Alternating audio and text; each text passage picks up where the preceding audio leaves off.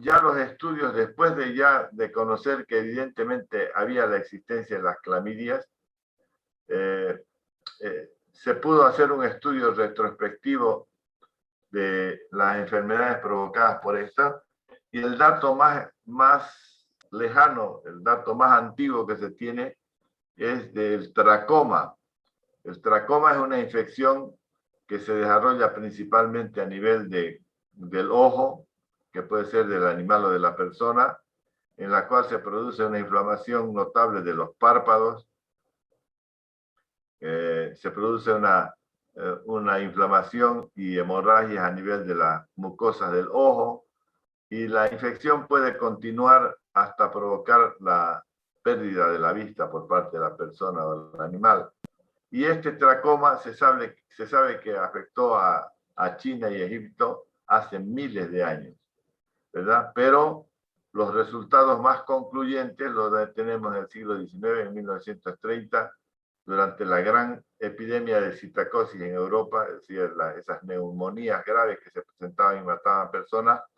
Se pudo evidenciar por un especialista en Alemania, Betzon, que había encontrado a partir de una muestra de ratones que se habían inoculado por vía intraperitoneal, había descubierto que estos desarrollaban unas inclusiones intracitoplasmáticas que eran muy parecidas a las lesiones que provoca el tracoma, porque el tracoma ya, como he dicho, era ya conocido, pero no se sabía su etiología, la causa del tracoma.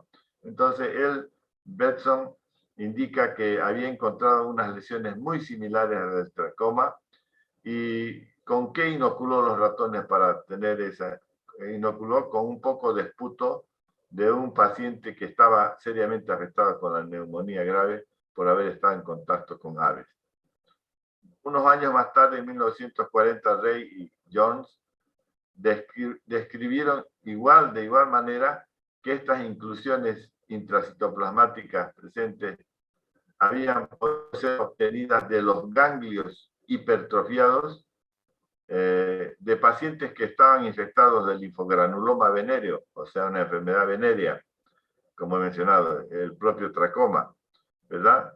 Y en la década de los años 80, 1980, se define con claridad y se logra aislar a partir de esos ganglios o el linfogranuloma venéreo, la clamidia trachomatis, que hoy se la reconoce como un patógeno de difusión a través del sexo y que se presenta bajo diferentes signos. ¿Por qué el nombre de clamidia? Se dice que el nombre deriva de la voz griega clamidis, que significa manto, capa o encapotado. Y esto se refería a las lesiones provocadas en el ojo, que como vamos a ver más tarde en algunas fotografías, muchas de las clamidiosis, como se llaman las enfermedades producidas por clamidia, provocan lesiones a nivel ocular, haciendo que se forme una especie de nube, de nubosidad o alteración en el globo ocular, y de ahí el término de clamidis, que significa manto, o sea, un manto sobre la mucosa y sobre el propio globo ocular de las personas afectadas por clamidia. Se las llama y se las considera como bacterias gram negativas, y al ser consideradas como gram negativas, su pared celular está constituida de lipopolisacáridos, fosfolípidos, proteína, y se sabe que no tienen peptidoglicano, aunque dice que genéticamente están capacitados para producir el peptidoglicano, pero es imperceptible la presencia de esa estructura como en el resto de las bacterias gram negativas. La clamidiasis o clamidiosis, en ambos casos se puede llamar así a la enfermedad. Hoy en día se la asocia más con la enfermedad en humanos, sobre todo a la que se transmite vía sexual, ¿verdad? Y generalmente el contagio, lógicamente, se da por el contacto entre una persona enferma y una sana, y también por los fluidos de la persona enferma, que puede contaminar diferentes ambientes o fómites que pueden ser peligrosos para personas sanas. Clínicamente se reconocen que en los humanos varias de las especies de clamidia provocan infecciones, pero la más importante es la clamidia trachomatis, siguiendo en importancia la neumonía, la citasi y la pecorum. La neumonía, porque lógicamente está asociada a problemas neumónicos graves, la citasi igual, aunque también puede afectar a otras zonas del organismo de la persona y animal, y la pecorum, que más que todo se la obtiene de animales y que también causa daño a los humanos. Las clamidiosis, entonces podemos decir que son enfermedades bacterianas causadas por bacterias del género Chlamydophila y Chlamydia, y que por primera vez se descubren a las clamidiosis en Europa en el siglo XIX, provocando gravísimas neumonías en las personas que habían estado en contacto con aves citacidas provenientes de América del Sur, y también por eso, en razón a eso, en esa época y durante mucho tiempo se llamó a la clamidiosis fiebre de los loros o citacosis ornitosis. En cuanto al tamaño, las clamidias tienen un tamaño extraordinariamente pequeño. Inclusive cuando se presentan como cuerpo elemental, tienen 0,3 milimicras de diámetro, y cuando están como cuerpos reticulados, 0,5 a 1 milimicra de diámetro. O sea, son extremadamente pequeños. Y eso, en su inicio de los estudios de las clamidias y de las enfermedades provocadas por ellas, dio a pensar que fueran virus debido al tamaño excesivamente pequeño. ¿Por qué? Porque no era posible aislar de las diferentes infecciones que provocan estas bacterias, no era posible aislar el agente causal, y esto daba a entender que posiblemente estaban frente a un virus. Pero hoy se sabe con absoluta propiedad que no son virus, que son bacterias de un tamaño extremadamente pequeño, que se colorean como gran negativa, y su principal característica es que estas bacterias se replican, o sea, se multiplican, se reproducen intracelularmente, lo cual las convierte en parásitos obligados de las células que parasitan, o sea, de las células eucarióticas del huésped.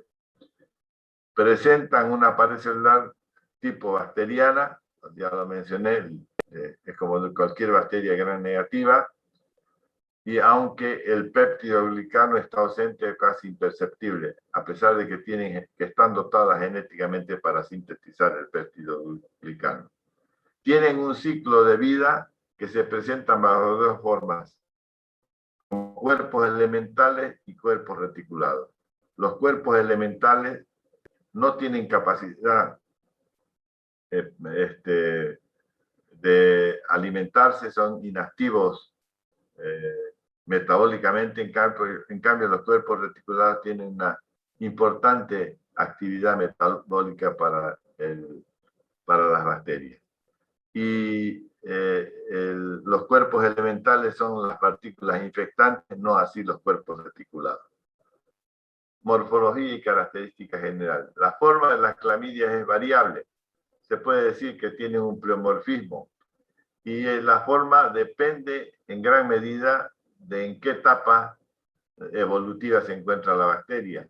Como hemos dicho ya, hay dos etapas: una en la cual está presente el cuerpo elemental y otra en la cual está presente el cuerpo reticulado. Cuando está como cuerpo elemental, tiene evidentemente una forma de un hexágono, y está adaptada a vivir extracelularmente. O sea, en esta etapa de la vida de la clamidia, la bacteria puede vivir fuera de la célula, pero aunque lo hace por un corto tiempo, es decir, no permanentemente. ¿Por qué? Porque siguen siendo parásitos obligados de las células eucarióticas. Cuando está como cuerpo elemental, es infectante, es decir, es la partícula que lleva la infección de un organismo a otro o de un órgano a otro. Y sin embargo, no tienen capacidad metabólica, es decir, no se nutren en esta etapa. Y su tamaño es extremadamente pequeño, al extremo de medir 0,3 milimicras de diámetro. En cambio, La siguiente fase evolutiva en estas bacterias es la formación del cuerpo reticulado, que aquí, a diferencia del anterior, del cuerpo elemental, a diferencia del cuerpo elemental, se presentan a veces como formas cocoides, o sea, ligeramente esféricas, o también como pequeños y cortos bacilos. El cuerpo reticulado tiene la propiedad de multiplicarse y reproducirse dentro de las células eucarióticas del animal. O sea, se multiplican intracelularmente. Metabólicamente son bastante activos, o sea, el proceso de nutrición en esta época es la que permite que la bacteria cumpla su ciclo de vida. Más sin embargo, no, la partícula del cuerpo reticulado no es infeccioso, no provoca la enfermedad cuando entramos en contacto con los cuerpos reticulados. Solo se lleva la enfermedad de un animal a otro cuando está como cuerpo elemental. Y el tamaño, ya lo dijimos, es un poco más grande del cuerpo reticulado, que puede medir entre 0,5 a 1 milímetros de diámetro. Explicamos aquí lo del ciclo de vida, la reproducción y ciclo de vida, mencionando en primer lugar los dos cuerpos, el elemental a la izquierda y el cuerpo reticular o reticulado a la derecha. El cuerpo elemental, como bien tienen sobrevivencia cuando salen fuera de las células huésped. O sea, que a pesar de ser organismos intracelulares obligados, cuando están como cuerpo elemental, tienen esa facultad de vivir durante corto tiempo, sí, fuera de las células que parasitan. Y como hemos dicho ya, estas partículas como cuerpo elemental son las partículas infectantes, las que llevan la infección de un animal a otro, sobre todo en fluidos y por contacto en aerosoles y en aerosoles en algunos casos. En cambio, el cuerpo reticular o reticulado es la etapa de la bacteria en la cual tiene un metabolismo intenso y activo que le permite nutrirse a la bacteria. Durante su etapa de cuerpo reticulado es cuando se reproducen estas bacterias, se multiplican. ¿Y cómo es su multiplicación? Es idénticamente igual a cualquiera de las bacterias que hemos desarrollado. Las clamidias se multiplican también por simple fisión o división binaria. Y eso entendemos que es la división de una bacteria en cierto momento en dos con idénticas características. Y este proceso de reproducción lo realizan al interior de la célula huésped. O sea, como están intracelular, es allí donde... Pero como cuerpo reticular o reticulado no tienen carácter infeccioso. Es decir, el cuerpo reticulado no lleva la enfermedad de un animal a otro. Es el cuerpo elemental lo que realiza eso. Y en la pantalla podemos ver algunas lesiones, sobre todo a nivel de útero, que son provocadas por la clamidiosis. Si vemos en la parte de abajo, estamos mostrando un útero en el que puede observarse una serie de tejidos necróticos. Necrosis es la destrucción de las células, ¿verdad? En este caso del tejido uterino, de los cotiledones. Los cotiledones son las estructuras en las cuales se agarra la placenta para mantener vivo y desarrollarse el feto, y como las clamidias se ubican a nivel de cotiledón, necrosan y obviamente cortan la importancia de la placenta que está adherida al útero, y eso provoca la muerte y posterior expulsión del feto. Entonces provoca aborto. ¿Qué factores de virulencia son interesantes o importantes en el caso de las clamidias? Están dotadas, como todas las bacterias gram negativas, de proteínas, o sea, su pared, tanto de membrana externa como interna, tienen proteínas. Y por eso hablan que utilizan las proteínas de la membrana externa. Todos sabemos que la primera capa de la pared son lipopolisacáridos. Estos también son proteínas que utiliza la bacteria como antígenos, y ya sabemos que un antígeno es un cuerpo extraño que agrede, que daña al tejido animal, en este caso a la célula. También aquí se demuestra que hay una importante cantidad de proteínas ricas en cisteína y también proteínas de la membrana externa, como dijimos, principales de la membrana externa, como dijimos, los fosfolípidos y la propia proteína. Si bien están dotadas las clamidias de un plásmido o plasmidio, en este caso es un plasmidio endógeno, es decir, que no sucede lo que normalmente sucede con las bacterias extracelulares, que sabemos bien que se puede transferir información genética a través de los plasmidios de una célula a otra. En este caso no se realiza ese hecho, seguramente porque está restringido por el ciclo evolutivo que ellas realizan. Su replicación o multiplicación, replicación es sinónimo de multiplicación o reproducción, la realizan dentro de la célula que parasitan. Pues puede ser replicación intracelular. Y su acción como factor de virulencia también tiene que ver con que se fusionan al fagosoma, dejando en desventaja los lisosomas celulares, que sabemos que son los que destruyen los invasores o microorganismos que pueden ingresar al organismo del animal. Otro factor de virulencia es la capacidad de adherencia que tienen sobre todo epitelios mediante la presencia de glicoproteínas que tienen en su estructura de la bacteria. Estas glicoproteínas permiten una mejor adherencia a diferentes tejidos, que como dice en la última parte de esta diapositiva, dice, uno de los mecanismos de adhesión son órganos de fijación de naturaleza proteica, como decía hace rato, las glicoproteínas, que se unen a receptores de la célula huésped, o sea, se conectan perfectamente a esos receptores y esa capacidad de adherencia es que le da mayor virulencia a su actividad patógena. Aquí estamos observando lo mismo, los antígenos de pared, que a veces son comunes entre algunas de las clamidias, pero una clamidia puede contener varios serotipos. Estos son importantes como factor de virulencia. ¿Cuál es el hábitat y ecología? ¿Dónde viven? Es difícil encontrarlos como bacterias libres en el medio ambiente, por el hecho de que hemos mencionado que hay dos etapas en el ciclo de vida de estas bacterias, ¿verdad? Y fundamentalmente, gracias a eso, se establece que las clamidias solo viven al interior de las células eucarióticas de los animales. Sobre todo con mayor preponderancia en aves, como hemos visto en los papagayos, los loros y otros, particularmente aves, y en este caso viven como parásitos obligados. Sabemos y hemos mencionado que cuando están como cuerpo elemental pueden tener una vida libre, o sea, fuera de la célula me refiero, pero ese periodo de vida es bastante corto, por eso es que se los clasifica como parásitos obligados, es decir, que obligatoriamente tienen que vivir bajo el amparo de las células hospedantes del organismo del animal que están atacando.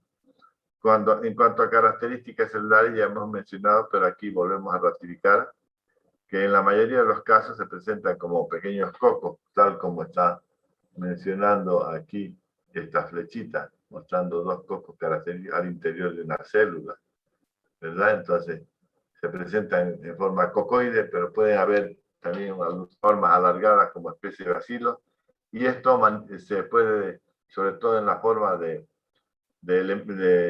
elemento de partícula reticulada, se puede ver que hay un pleomorfismo marcado entre presentarse de forma redonda o alargada. No tienen motilidad, no se mueven por ellas porque no poseen flagelos y, como ya hemos dicho, cuando se utiliza la coloración de Gram, se colorean como Gram negativas, que quiere decir que observadas al microscopio las vamos a observar de un color rosado o ligeramente rojo pálido. Tienen una marcada asociación con las células que parasitan. Por eso se los llama parásitos obligados de las células eucarióticas. Recuerden, una célula eucariótica es la que poseen los animales, las personas, las plantas. Una célula eucariótica se refiere a una célula que tiene un núcleo perfectamente desarrollado. Y a diferencia de una célula procariota, que es una bacteria que sabemos que tiene deficiencias en su estructura celular. Y entonces, las clamidias se comportan como parásitos obligados porque al posarse sobre las células eucarióticas, obtienen y succionan de estas células sustancias precursoras que permiten su nutrición. Y porque además esas sustancias precursoras son la energía que la bacteria necesita para realizar sus procesos metabólicos, porque como bacteria intracelular obligada es incapaz de formar el ATP, el tristófano de adenosina adenina, ¿verdad? Entonces, que sabemos que es importante para la obtención de energía. Y la fotografía nos muestra un proceso de desarrollo del ciclo biológico de las clamidias. Como vemos, empieza en la letra A, con esta célula eucariótica de un ave, donde, en primer lugar, previamente a empezar el ciclo, la superabundancia de multiplicación de cuerpos elementales y reticulares presentes en una célula hacen que ésta al final explote y expulse sobre todo los cuerpos elementales hacia el medio ambiente, porque los reticulados no pueden vivir fuera de la célula, los cuerpos. Y uno de estos cuerpos elementales va a parasitar, va a penetrar a una nueva célula, ¿verdad? Como cuerpo elemental, penetra y rápidamente se interioriza dentro de la célula y allá se conecta con los receptores que tiene la célula, como vimos hace rato, y rápidamente al conectarse se convierte en cuerpo reticulado, como dice aquí, el CR, cuerpo reticulado. Bajo cuerpo reticulado ya es una estructura perfectamente intracelular, que es muy activo metabólicamente, es decir, que aquí esta célula se aprovecha de la eucariótica, de la célula eucariótica para alimentarse, para obtener la energía, y ahí, bajo esas condiciones, comienza a multiplicarse por división binaria. Y aumenta la cantidad de células según la multiplicación, y también aparecen ya los cuerpos elementales, que al destruirse esta célula, como vemos aquí, serán eliminadas para continuar el ciclo de esta bacteria. Puede ocurrir un desvío en este ciclo biológico evolutivo de las clamidias, en los cuales sucede algo especial, en que los cuerpos reticulados se desarrollan demasiado grandes, como vemos aquí, y a esto se llama la forma o cuerpo aberrante de la clamidia, que detiene en gran medida la multiplicación de estas y tarda más en su ciclo biológico. Es decir, es como una tara que puede suceder en el desarrollo. Lo normal es lo que hemos mostrado en el círculo mayor, en todos estos desarrollos que estoy mostrando con el cursor. ¿Qué características celulares presentan las clamidias? Recordemos que previamente fueron consideradas como virus. Recuerden también que cuando hemos hablado de la última clase de la semana previa a tener el receso de fin de año, habíamos hablado de micoplasmas e indicábamos que también son bacterias especiales por carecer de pared celular, pero que tenían un tamaño muy diminuto, que fueron también confundidos con virus. En este caso también durante mucho tiempo se pensaban que eran virus. ¿Y por qué? Por eso, lo que dice en el segundo punto, debido a su tamaño extremadamente pequeño, que permitía que estas bacterias atraviesen los filtros que son para detener bacterias. Un filtro de 0,45 milimicras es capaz de detener a la mayoría de las bacterias y dejar pasar los líquidos. Pero estas bacterias burlaban esos filtros y se pasaban igual que con los virus. Por eso se pensó que eran virus filtrables. Más hoy en día se sabe que son bacterias, aunque de un tamaño mucho más pequeño que las que hemos conocido. Son parásitos intracelulares obligados y tienen un ciclo de vida, como ya vimos hace rato. Sin embargo, tienen las características propias de todas las bacterias. ¿Cuáles son? Poseen doble membrana interna y externa, se colorean como gram negativas mediante la técnica de coloración de Gram. Esto quiere decir que tienen lipopolisacáridos, fosfolípidos y proteína. todas las clamidias son sensibles a la acción de los antibióticos, de los antibacterianos, y esa es una cualidad que no tienen los virus. Contienen las clamidias los dos tipos de ácidos nucleicos, el ADN y el ARN, es otra cualidad que no poseen los virus. Todos sabemos que los virus o tienen ácido DNA o RNA, en ninguna forma los dos ácidos.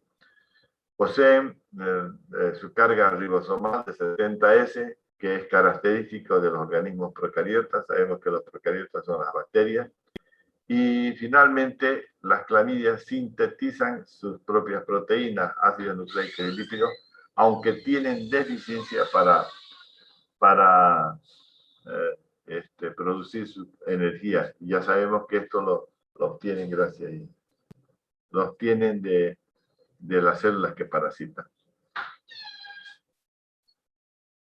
Ratificamos esto en cuanto a características celulares que tienen en su ciclo evolutivo dos formas: el cuerpo elemental, de forma hexagonal, cuyo tamaño es muy pequeño, 0,3 milimicras, es la partícula infectiva, es la que lleva la enfermedad de una célula a otra, de un animal a otro.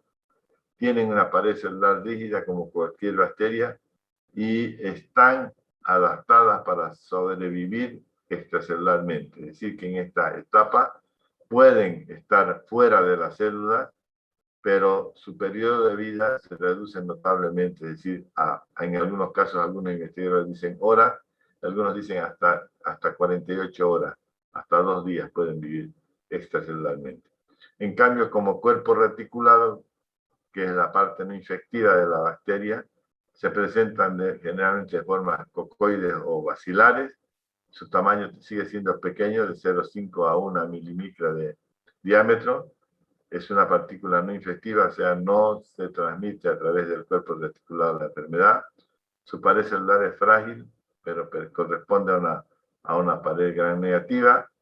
Y el microorganismo aislado no es infeccioso, ya lo dijimos, no es infectiva, y se pueden presentar como cocos gran negativos termolábiles, es decir, temperaturas altas las matan estas bacterias con facilidad, no tienen capacidad de producir su tristófano de adenosina, ¿verdad? Por tanto, no tienen capacidad de producir su propia energía y son, como todas las bacterias, susceptibles a los antibióticos. ¿Qué características de cultivo?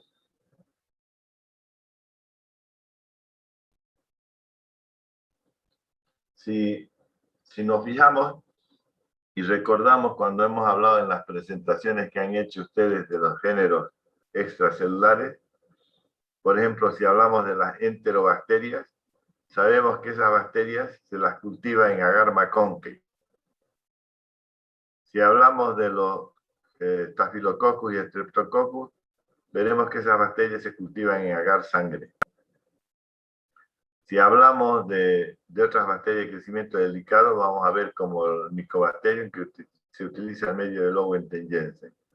Pero en todo caso, esas bacterias anteriormente estudiadas, las que han presentado ustedes en los temas, son bacterias que pueden crecer en medios de cultivo inanimados, sin vida, o sea, inertes. En cambio, en este caso, y ahí está la enorme diferencia entre bacterias extracelulares e intracelulares obligadas, como son las clamidias, en este caso, estas bacterias no pueden vivir si no hay células vivas eucarióticas. En otras palabras, en cultivo celular. O sea, para cultivarlas, para estudiarlas en el laboratorio, se utilizan líneas celulares que permitan la multiplicación de estas bacterias al depositarlas en condiciones óptimas en cultivos celulares. Pero también se pueden utilizar huevos embrionados, a los cuales se los inocula, y también tiene resultados por dentro.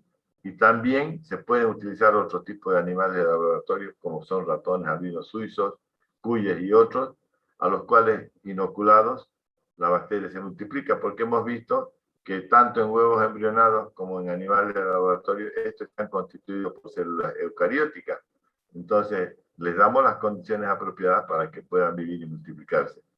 Y ya cuando se desarrollan, cuando hacen su efecto citopatogénico, cuando al parasitar las células del organismo animal provocan daños a nivel celular.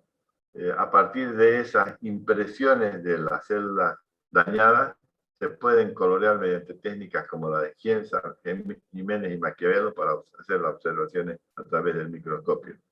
No se cultivan, reitero, en medios de cultivo inerte, como los que acababa de mencionar en los ejemplos al principio. Y ahí vemos las células de McCoy, que son unas células que se utilizan, que se obtienen a partir de ratones, de fibroblastos de ratones, y que se puede tener como línea celular en el laboratorio, y a las cuales se les adiciona un poco de antibiótico para evitar contaminaciones.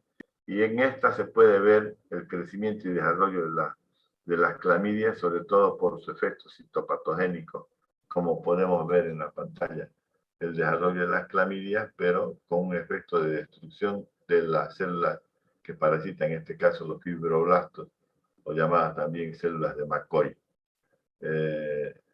Porque sabemos que la bacteria no solo se posa sobre las células eucarióticas, sino que va a obtener nutrientes celulares disponibles para su crecimiento.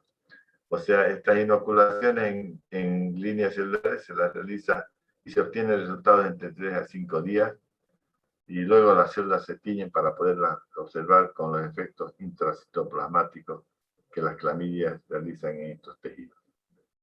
Y ya en la revisión de enfermedades, este cuadro es importante porque resume en gran medida las enfermedades, los huéspedes o dónde, qué animales son afectados y cuál es la enfermedad que produce. Y la primera tenemos la Clamidófila abortus, que puede afectar a ovejas, cabras, ocasionalmente a venados, ganado bovino, es decir, que hay un mayor grado de susceptibilidad en ovejas y cabras y menor grado en ganado bovino o llama, ¿verdad? En estas especies animales, la presencia de esta bacteria significará en primer lugar abortos en las hembras entrantes, inflamaciones articulares como poliartritis, también puede haber infecciones a nivel del ojo, del globo ocular, como queratoconjuntivitis. Queratoconjuntivitis es la inflamación de la córnea y las conjuntivas oculares. Puede haber inflamación de los testículos en los machos, también epididimitis, el epididio inflamado, y vesiculitis seminal, o sea, a nivel del sistema reproductivo de los machos, las vesículas seminales se pueden inflamar, y esto, tanto en hembras como machos, disminuye la fertilidad. O sea, es claro que afecta a la reproducción esta Clamidófila abortus. La Clamidófila felis, particularmente en gatos, en iguanas también dice, pero a nosotros nos interesa gatos porque hay mucha infección a nivel ocular en los gatos, y generalmente, como dice, ¿qué producen los gatos? Conjuntivitis, inflamación de las conjuntivas, afección de las vías nasales con una rinitis o infección de la mucosa nasal, y puede haber infertilidad en las gatas en particular. La Clamidófila psittacea, esta está afectando principalmente a aves, que son los reservorios de la bacteria, como veíamos en la infección provocada en Europa en los años 30, siendo el humano el más susceptible a la infección, ¿verdad? En el caso de tanto de aves como humanos puede haber una congestión pulmonar, es decir, que frecuentemente la bacteria ingresa por vía erógena, por el aire, en la respiración, y va y se ubica a nivel de los pulmones, provocando una neumonía fibrinosa. En las aves puede haber una aerosaculitis, o sea, una inflamación de los sacos aéreos. Puede haber una inflamación de los nódulos linfáticos, llamado adenitis nasal. Puede afectar al corazón con una pericarditis. Puede haber peritonitis, inflamación del peritoneo, y congestión vascular. En humanos causa la famosa ornitosis y cisticercosis, que se caracteriza por graves neumonías que pueden conducir a la muerte de la persona. Chlamydia pecorum, que es otra especie, esta está principalmente en vacunos, ovinos, caprinos y también el cerdo, y las afecciones más importantes son los abortos en las hembras gestantes. Hay problemas de conjuntivitis, pueden haber encefalomielitis, o sea, problemas de inflamación del encéfalo por la presencia de la bacteria en las meninges. Puede provocar problemas a nivel del intestino, la enteritis, hay neumonía y también poliartritis. En Chlamydia suis es una especie que se caracteriza por afectar a los cerdos, sobre todo a cerdos jóvenes, en los cuales se manifiesta con presencia de conjuntivitis, o sea, problemas oculares, puede haber enteritis y también puede haber neumonía. Como estamos viendo, las infecciones de manera general, las clamidias, lo hacen a nivel reproductivo, a nivel digestivo, intestinal, pero lo más grave siempre es a nivel de conjuntiva del ojo y las neumonías a nivel pulmonar.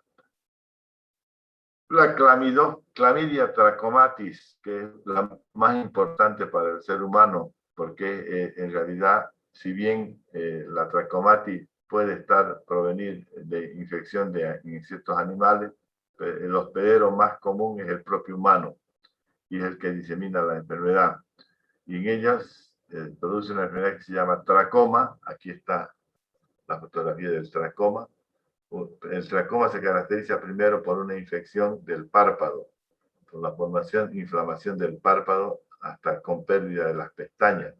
Y luego la bacteria, si no hay un tratamiento rápido y efectivo, la bacteria puede afectar hasta el propio globo ocular, ¿verdad? Esto va a causar conjuntivitis, ¿verdad? La inflamación de las conjuntivas oculares, especialmente en los recién nacidos.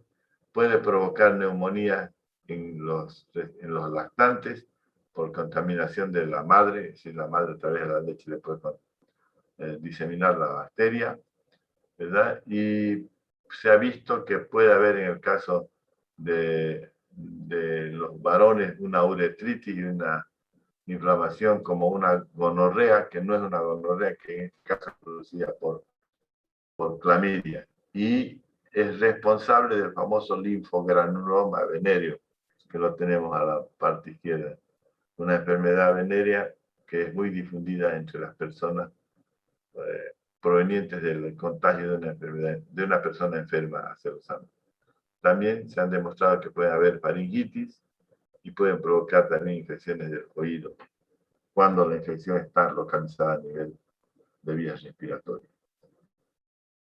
Estamos viendo ahí, en el caso de los animales, que por ejemplo la Chlamydia felis se caracteriza por afectar a los ojos del animal, que puede ser uni o bilateral, es decir, puede afectar a un ojo. Generalmente cuando un ojo está afectado, rápidamente se contagia el otro y podemos ver claramente la excesiva inflamación. En este estamos viendo el tracoma, que es con inflamación de los párpados, inclusive con acumulación de líquidos en la parte baja del ojo, y la terrible conjuntivitis que se desarrolla por presencia de las clamidias. Y en los otros casos vemos que afecta a la reproducción de los animales. Ya para ir definiendo más específicamente, en el caso de medicina veterinaria, habría que considerar las siguientes especies de clamidia y clamidófila. Como vemos en la pantalla, la clamidófila citasi, que produce la ornitosis o citacosis. Ya sabemos por qué llama así. Generalmente se transmite de las aves a diferentes mamíferos. La transmisión generalmente es por vía aérea, en la inhalación, pero se puede dar también por contacto e ingestión de clamidia. Es decir, cuando el alimento, el agua está contaminada con la parte infectante de la clamidia. La citacosis en aves y en humanos frecuentemente comienza con síntomas semejantes a la gripe. O sea, aparece un resfrío que rápidamente pasa a un estado de neumonía. Las aves son los mayores reservorios de la bacteria y esto permite una fácil difusión de la enfermedad de las clamidias, debido sobre todo a que las aves tienen la costumbre de alimentarse o comer detritos de animales infectados.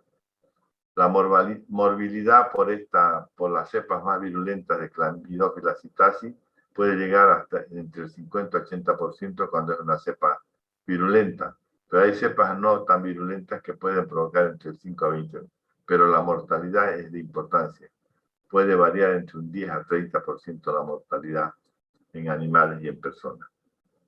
Y eso es importante. Y ahí vemos lesiones características en aves, las propias aves citacídeas, que son las que llevan generalmente en sus intestinos, eliminando gran cantidad de la bacteria, ellas mismas se pueden verse afectadas por la acción de la bacteria. Otra de las especies que mencionamos, la Chlamydia suis, que sobre todo está afectando principalmente a cerdos, por eso se llama suis. En ellos desarrolla inicialmente una conjuntivitis, luego viene una enteritis y finalmente una neumonía. Permanentemente se la puede aislar de cerdos, es decir, que a veces hay cerdos que no presentan sintomatología. Y la infección generalmente también es aerógena, es decir, por la expulsión de secreciones durante accesos de tos o estornudos, la bacteria puede estar en el medio ambiente y ser inhalada. Pero también en el caso de los cerdos se puede transmitir la infección por vía genital y oral al consumir alimentos y agua contaminada. En muchos casos hay cerdos asintomáticos que son los principales difusores de la enfermedad. Pero estos casos asintomáticos son los que hacen la presencia de la enfermedad en cerdas reproductoras, berracos y lechones. Sobre todo en cerdas se nota el retorno del estro o celo, es decir, que permanentemente están presentando celos sin concebir. O sea, la repetición del celo es una característica importante. Aunque también, si llegan a concebir, el aborto y el nacimiento de lechones débiles es una muestra de la presencia de la enfermedad en una piara o en una producción porcina. Ahí podemos ver que causa enormes pérdidas económicas por los abortos producidos por clamidiasis en cerdo. Chlamydophila felis es otra especie importante. En este caso se da principalmente en gatos. Y en ellos se puede presentar más comúnmente como conjuntivitis, o sea, afecciones a nivel del globo ocular. Luego puede pasar a una rinitis, que es la inflamación de la mucosa de la nariz, o de las fosas nasales más propiamente. Y también puede ser causa de infertilidad en las gatas. ¿Verdad? Los síntomas más característicos se presentan en el ojo y generalmente se presentan como un blefaroespasmo, o sea, una inflamación de los párpados y de las conjuntivas del ojo del animal. Puede haber una quemosis, que es una inflamación también de las conjuntivas, congestión y lagrimeo ocular, que puede convertirse en purulento, es decir, contaminarse con otras bacterias frecuentemente presentes en esa mucosa y provocar una secreción purulenta. Como dice y sucede con la mayoría de las bacterias de este género, la Chlamydophila felis no sobrevive fuera del gato. Así que para el contagio tiene que haber un contacto estrecho entre el gato enfermo y el gato sano, ¿verdad? A pesar de que algunos dicen que también la bacteria se puede diseminar a través de las heces y secreciones vaginales, pero no se sabe si existe en realidad el contagio venéreo durante la cópula entre el macho y la hembra, no se sabe todavía eso. Chlamydophila abortus, otra especie importante, especialmente en rumiantes, aunque puede afectar a otras especies animales como caballos, yeguas en este caso, conejas, cobayas, ratonas, marranas y mujeres, o sea, es una zoonosis.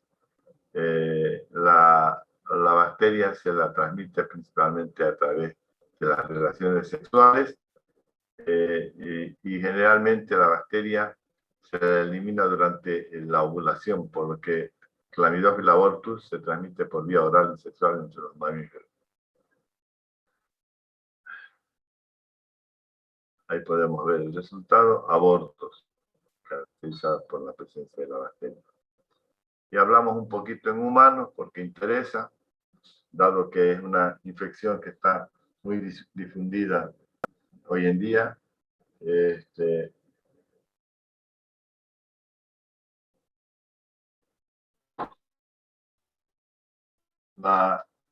más importante especie, como lo mencionamos desde hace rato, es la Chlamydia trachomatis. Y esta enfermedad que produce la Chlamydia trachomatis es una enfermedad de transmisión sexual. Generalmente está relacionada con el problema del tracoma o rugoso, que como ya hemos visto afecta en este caso a los ojos. Esta bacteria puede también infectar el intestino de las personas, el recto, donde hay síntomas o signos con dolor, secreción y sangrado rectal. La enfermedad conocida como tracoma se caracteriza por la presencia de granulaciones en las superficies conjuntivas del ojo, que puede originar una ceguera definitiva del animal. Se contagia por contacto directo con los líquidos que contienen la bacteria. La mejor manera de protegerse es el uso de preservativos y limitar la cantidad de parejas sexuales. Es decir, mejor si es una pareja sexual que uno tiene, porque ahí evita no solo la diseminación de esta, sino de otras enfermedades. Ahí vemos claramente el tracoma. Por esta fotografía es lo que se muestra, se le llama también rugoso, por la inflamación del párpado, por la lesión importante a nivel de párpado provocada por la Chlamydia trachomatis. Y también vemos un ojo con lesiones de conjuntivitis grave y con inflamación del párpado al extremo de formar una bolsa prácticamente. Y el mismo trachomatis, la misma especie de trachomatis, es responsable de una enfermedad venérea de transmisión sexual con la presencia de estas pequeñas granulaciones que aparecen cerca de los órganos sexuales, que están con un alto contenido en un líquido que contiene abundancia a la bacteria. Y Chlamydophila pneumoniae es la que se descubrió conjuntamente con la citasi como responsable de provocar serios problemas a nivel pulmonar en las vías respiratorias, infecciones tanto de las vías respiratorias altas como a los pulmones, o sea, como en la parte baja de las vías respiratorias. Es más frecuente la presencia de esta enfermedad en niños, pero es más baja, o sea, los niños no se infectan tan fácilmente, pero sí en los mayores hasta un 50% de posibilidades de infectarse. Se presenta como una neumonía típica y cede a la acción de los antibióticos. En los casos leves de esta neumonía, la terapia con antibióticos orales da resultados y en los casos severos se prefiere la inoculación de los antibióticos por vía intravenosa con además administración de oxígeno para mejorar la respiración. La prevención en el caso de los animales, cuando se van a introducir nuevos animales de reposición en una granja, sea de leche, sea de cerdo, lo que se debe procurar es que los animales vengan sanos del lugar de donde se los adquiere. Y para esto hay que comprar animales de granjas que uno sepa que tienen un manejo adecuado en cuanto a la sanidad. La bacteria puede eliminarse con limpieza, desinfección y calor. Ya vimos que es termolábil, es decir, que la temperatura la destruye. Pero hay que cuidar mucho cuando se visita una granja donde está la enfermedad, porque los calzados, las llantas de los vehículos y otras causas pueden llevar la bacteria de una granja a otra y provocar serios daños a la granja que infectada. El tratamiento, finalmente el tratamiento es a base de antibióticos. Principalmente se utilizan las tetraciclinas de lenta liberación. Esas son muy efectivas. La eritromicina cuando hay conjuntivitis y neumonía. La acitromicina en gotas cuando hay problemas oculares. Y una infección por Chlamydophila abortus es muy recomendado usar la eritromicina para salvar a la madre y al feto. O sea, un antibiótico menos dañino como los otros que pueden provocar el aborto de la persona o del animal gestante. También es adecuado utilizar mecanismos de mejorar la salud de los individuos, elevar la defensa orgánica, para que no solo sea el tratamiento con antibióticos el que actúe en la reducción de estas infecciones. Bueno, son las bacterias intracelulares obligadas llamadas clamidia. Preguntas al respecto.